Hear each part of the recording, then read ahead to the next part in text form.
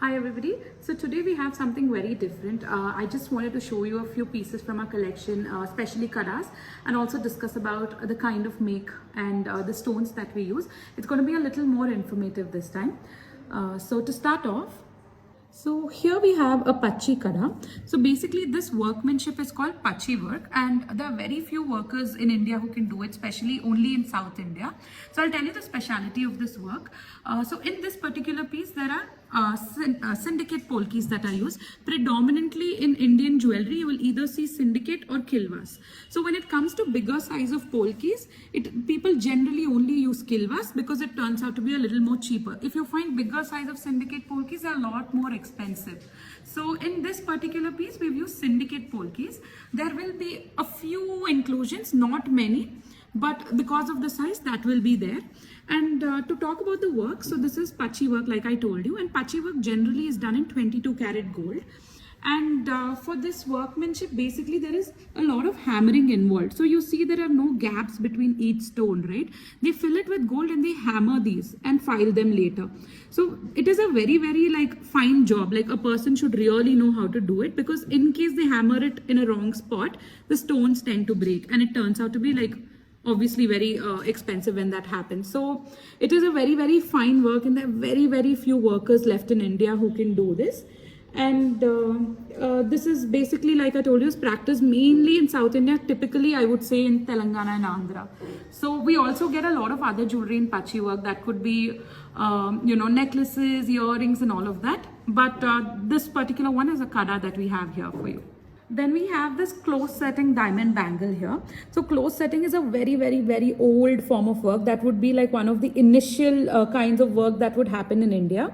Again, close setting work is also done in the south predominantly. Again, even here, there are very, very few workers left. That's why when you order for close setting pieces, it takes generally a longer time to make them.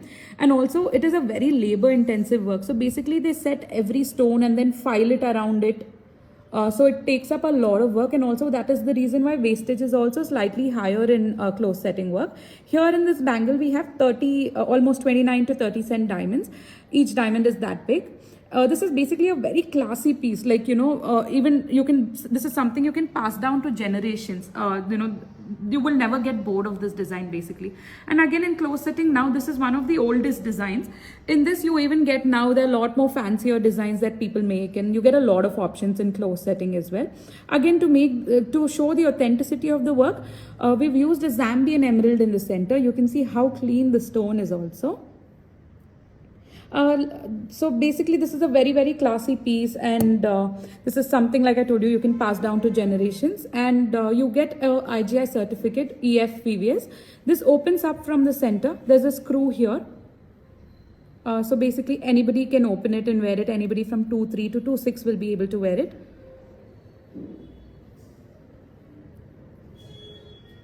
So in this same sort of workmanship, people also use Burmese rubies, rose-cut diamonds, and that is then called KGF work. That comes from KGF, the place KGF itself in Karnataka. You see more of those pieces in Bangalore, Karnataka areas, but the close setting work is widely available in the south, mainly in Chennai, Hyderabad, I would say, Telangana, Andhra, and even Karnataka. The third piece, this is basically a fusion work.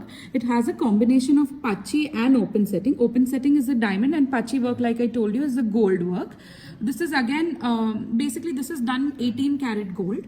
I'll tell you the beauty of this piece. The emeralds used are actually Colombian emeralds. So Colombian emeralds that you see are generally very, very, very light in color, and so were these. But then under the Colombian emerald, we use a colored foil.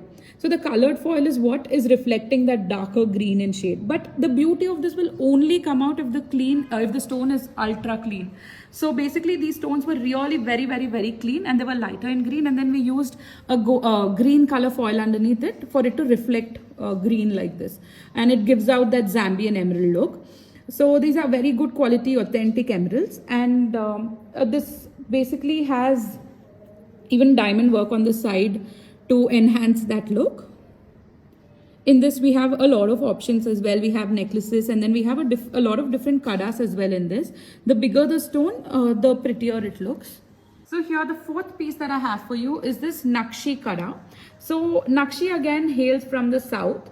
The beauty of Nakshi is basically it's like handwriting. So every worker will have his own workmanship to it. So basically how it works is they take gold plates. Especially this works the best in 22 carat. I don't think you will ever see anything in 18 carat. That is very rare. So why 22 carat? Because the gold is more softer. It's more moldable. So basically they take sheets of it. Then they use tools to like basically carve every design, like whatever comes in their mind, they just carve it out. That is why I'm saying it's like a handwriting. Like every designer, every worker has his own way of doing these pieces. So this is something very big and nice. Like this is like a statement piece. Like I said, this is in 22 karat gold, and most of these Nakshi works, you see a lot of peacock motifs. You see flower motifs. And again, like we don't, a lot of times we don't prefer taking orders on Nakshi because no same piece can be repeated. Even if I take an order for the same piece, because the worker is going to redo it, like it's going to be hand done, he will never be able to match the exact same piece for you. It will be maybe 90% similar, but it takes its own art form basically. This particular one opens from the center, and you can clip it back on and screw it in. In Nakshi work, you generally see emeralds because rubies, because gold goes really well with rubies. So now I'm going to show you two different Victorian kadas that we have in store. So basically Victorian work is this new work that is very, very similar to Pachi work, but we use a lot of 3D modeling in this. And this 3D modeling basically happens on the computer. It's basically CAD, it's computer aided design. And then we print these pieces out, like multiple different pieces, and join them together, then file it, polish it, and then do the setting of the stones. So basically, because this is a computer aided design and you can print these pieces out, these are done in 18 karat gold. Again, in this basically there's a lot of intricate work. We can do anything and everything because it's done on the computer. Like the designing comes to utmost perfection. We can use whatever size of polkis. We can even use big size of polkis. We've made some exclusive, very, very, very nice statement pieces in this collection. So these were a few pieces from our collection. These are just a few of the workmanships that we use from the vast number of workmanships that are a part of our designing.